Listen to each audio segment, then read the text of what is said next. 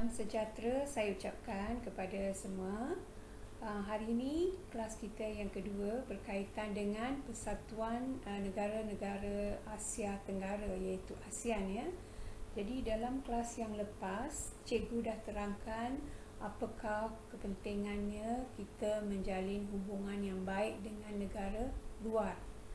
Jadi berasaskan kepada perkara itu, mulai sekarang kita akan lihat bagaimana Malaysia menjalin hubungan dengan negara-negara luar. So, peringkat yang pertama kita nak lihat negara-negara di serantau. Jadi, apabila cikgu kata hubungan dengan negara luar ataupun hubungan serantau, perkara yang harus terlintas dalam fikiran pelajar ialah negara-negara Asia Tenggara ataupun kita panggil sebagai ASEAN.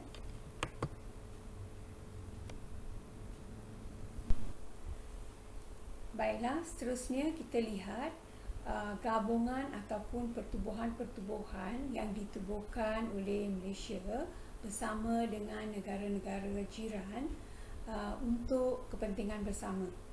So, pada Julai 1961, Malaysia bergabung dengan Filipina dan juga negara Thai untuk membentuk Persatuan Asia Tenggara yang dipanggil ASA. Okey. ASA ini merupakan satu pertubuhan bebas dan dia tidak memihak kepada mana-mana blok. Contohnya tidaklah menyokong Amerika ataupun ada yang menyokong Rusia dan sebagainya. Okey. Jadi dia adalah satu pertubuhan bebas.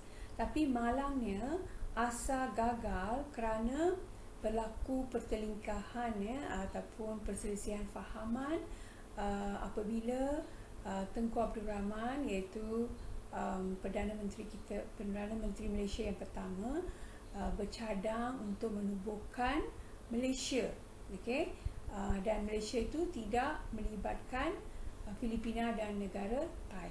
Oleh itu ASA gagal pada tahun 1963. Percubaan yang kedua untuk mewujudkan kerjasama dengan negara-negara serantau ialah penubuhan Mafilindo pada tahun 1963. Keanggotaan Mafilindo ialah Malaysia, Filipina dan Indonesia. Okey. So ini berbanding dengan ASA, yang ini kita ada Indonesia ya. Okey. Dalam Mafilindo kita boleh nampak MA itu Malaysia, PHI L itu untuk Filipina dan INDO itu untuk Indonesia. Okay? Dan malangnya kerjasama Mafilindo ini juga gagal kerana wujud konfrontasi Indonesia pada tahun 1963 juga apabila Tengku Abdul Rahman hendak teruskan dengan penubuhan Malaysia yang tidak melibatkan Indonesia dan Filipina. Jadi, percubaan yang ketiga yang membawa kepada kerjasama serantau ialah penubuhan ASEAN yang kekal sehingga sekarang. Okey, pada peringkat awal, cadangan penubuhan ASEAN ini diutarakan dalam Deklarasi Bangkok pada 8 Ogos 1967.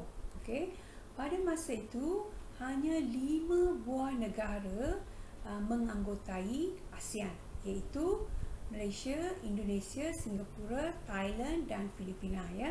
Iaitu penubuhan pada tahun 1967, ASEAN terdiri daripada 5 buah negara tersebut. Kemudian pada masa-masa yang seterusnya, Brunei, Vietnam, Laos, Myanmar dan Kemboja turut menyertai ASEAN. Okey, jadi pada masa ini kita ada 10 buah negara sebagai anggota ASEAN.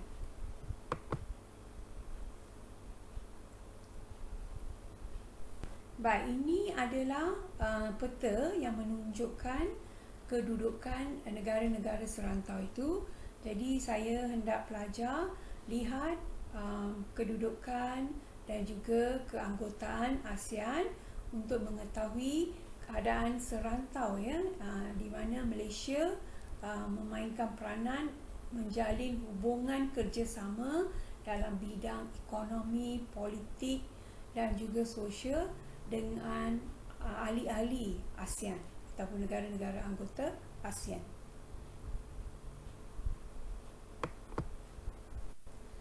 Baik, setelah melihat latar belakang tentang ASEAN, seterusnya kita akan lihat apa tujuannya penubuhan ASEAN ni. Okey, mengapa Malaysia juga setuju dengan menjadi anggota ASEAN dan menjalin kerjasama dengan negara-negara serantau. Tujuan utama ialah untuk mempercepatkan pertumbuhan ekonomi antara kalangan negara-negara anggota. Okey, maksudnya akan wujudlah kerjasama antara negara-negara anggota dalam aspek ekonomi. Kita akan lihat dengan lebih detail tentang tajuk ini, bagaimana penubuhan ASEAN ini membawa kepada kerjasama ekonomi dua hala dan juga multilateral antara negara-negara anggota dalam kelas-kelas yang akan datang. Selain daripada kepentingan pertumbuhan ekonomi, ASEAN juga ditubuhkan untuk menggalak kerjasama sosial, kebudayaan, sains dan teknologi serta pentadbiran. Jadi aspek sosial, okey, sosial tu biasanya kita kaitkan dengan pendidikan, kesihatan, okey. Kebudayaan itu lebih kepada tarian, seni, okey, dan amalan adat resam. Dan seterusnya sains dan teknologi ini penting dalam era digital ini, bagaimana kemahiran sains dan teknologi itu dapat dikongsi bersama untuk meningkatkan pembangunan negara-negara anggota dan begitu juga hal-hal berkaitan dengan pentadbiran. Seterusnya, tujuan penubuhan ASEAN ialah untuk mengekalkan keamanan dan kestabilan dalam kalangan negara-negara serantau. Okey, kerana mereka ASEAN ni akan mengamalkan beberapa konsep di mana anggota-anggota negara ASEAN akan bersetuju untuk mengelakkan keadaan yang kucak-kacir, okey, akibat daripada campur tangan daripada kuasa-kuasa luar. Jadi ini juga kita akan lihat sebagai satu topik yang berasingan, okey.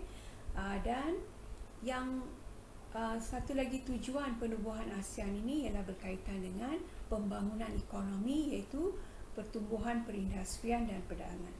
Jadi bila pelajar lihat apa tujuan penubuhan ASEAN ni, jelas di sini adalah untuk pertumbuhan ekonomi, perindustrian, perdagangan, okey, yang utama. Seterusnya juga untuk wujudkan kerjasama sosial, kebudayaan, sains dan teknologi, dan tidak lupa juga untuk pembangunan kesemua perkara ini mesti ada keamanan dan kestabilan. Jadi pelajar tolong ambil perhatian tentang tujuan penubuhan ASEAN Ini sedikit tentang struktur organisasi ASEAN tu. Okey. Sekretariat ASEAN terletak di Jakarta, Indonesia, dan ASEAN mengandungi jawatan kuasa ekonomi dan juga bukan ekonomi, dan ASEAN mempunyai badan bukan kerajaan juga, iaitu Dewan Perniagaan dan Perindustrian ASEAN. Jadi semua badan-badan ini akan memainkan peranan masing-masing apabila ia melibatkan kerjasama antara negara-negara anggota. Baik, selain daripada badan-badan dan tujuan matlamat dan sebagainya, negara-negara ASEAN akan mengadakan persidangan yang tetap seperti persidangan menteri-menteri luar ASEAN. Ini dilakukan sekali dalam setahun. Begitu juga persidangan menteri-menteri ekonomi ASEAN Okey. Persidangan-persidangan ini penting untuk membincangkan hal-hal yang berkaitan untuk mengekalkan kerjasama, mencari idea-idea baru untuk kepentingan bersama, pembangunan bersama dan sebagainya. Sekarang kita nak lihat apakah agenda ASEAN. Okey, ASEAN sebenarnya bertujuan untuk mengawal kegiatan pengedaran dadah. Ya, pelajar semua sedia maklum bahawa isu berkaitan dengan jenayah merentas sempadan, ya, salah satu aspek ialah berkaitan dengan dadah. Jadi mesti ada kerjasama antara negara-negara anggota dari aspek kawalan sempadan, ya, agar dapat membendung isu pengedaran dadah. Okey. Kedua adalah penyelesaian masalah politik secara aman. Baik, sekarang cikgu nak tekankan satu perkara yang penting yang pelajar perlu ingat selama-lamanya, iaitu semua negara-negara anggota ASEAN telah mengambil keputusan bahawa tidak akan campur tangan dalam masalah politik negara lain. Maksudnya, even kalau ada masalah politik antara negara-negara anggota, tidak akan ada campur tangan dalam hal ehwal dalaman negara itu. Ya, kita tak boleh campur tangan dalam hal rumah tangga orang lain. Okey. Kita boleh jadi orang tengah. Kita boleh membawa perundingan yang mesra, penyelesaian yang mesra jika dijemput, ya, sebagai orang tengah. Tetapi selagi tiada jemputan, tidak boleh ada campur tangan dalam masalah politik dalaman. Setiap negara mesti menjaga hal politik negara masing-masing. Okey. Jadi bila saya kata agenda ASEAN untuk menyelesaikan masalah politik secara aman, apabila masalah politik itu melibatkan semua negara anggota, maka menjejaskan keamanan ke, kestabilan ke, bila ada ancaman yang menjejas semua negara, barulah mereka akan berunding untuk mencari satu jalan penyelesaian, bukan untuk campur tangan dalam hal negara, sesuatu negara itu secara individu. Seterusnya, agenda ASEAN adalah untuk meningkatkan kerjasama dalam bidang pendidikan dan kesihatan. So, perkara-perkara ini sangat penting untuk pembangunan bersama. Okey. Dari segi bidang pendidikan, kalau wujud kerjasama, boleh ada pertukaran pelajar, okey. Boleh ada peluang-peluang pendidikan yang lebih luas untuk pelajar-pelajar rakyat setiap negara itu, ya. Begitu juga dari segi kesihatan, akan berlaku perkongsian, pertukaran idea, kepakaran berkaitan dengan kesihatan. Sekarang kita akan lihat bentuk-bentuk kerjasama yang wujud dalam ASEAN. Jadi ada 4 kerjasama, iaitu kerjasama politik, kerjasama ekonomi, kerjasama sosial dan kebudayaan, serta kerjasama komuniti. Dalam kelas-kelas yang akan datang, cikgu akan terangkan satu persatu bentuk-bentuk kerjasama ini. Okey, mungkin hari ini kita boleh lihat kerjasama politik, okey, yang wujud antara negara-negara ataupun sebagai satu kelas yang berasingan. Dan dalam kerjasama itu kita akan lihat jenis-jenis pertubuhan yang ditubuhkan, apakah agenda, apakah hal-hal yang difikir bersama untuk pembangunan dan kemajuan negara-negara anggota ASEAN. So, ini pelajar perlu ingat 4 jenis kerjasama yang wujud dalam ASEAN. Jadi rumusan pelajaran kita pada hari ini ialah kita lihat bagaimana kita mula kerjasama serantau antara negara-negara anggota, iaitu ASA, Mafilindo dan kini ASEAN. Dan kita telah lihat latar belakang ASEAN, apakah agenda ASEAN, okey, dan dari perkembangan keanggotaan ASEAN sehingga wujud 10 buah negara, dan juga tujuan penubuhan ASEAN. Jadi pelajar setelah meneliti aspek-aspek ini, nanti cikgu akan kemukakan soalan-soalan susulan supaya pelajar dapat memaparkan jawapan yang membuktikan pelajar faham apa yang dipersembahkan dalam video ini. Okey. So sehingga kita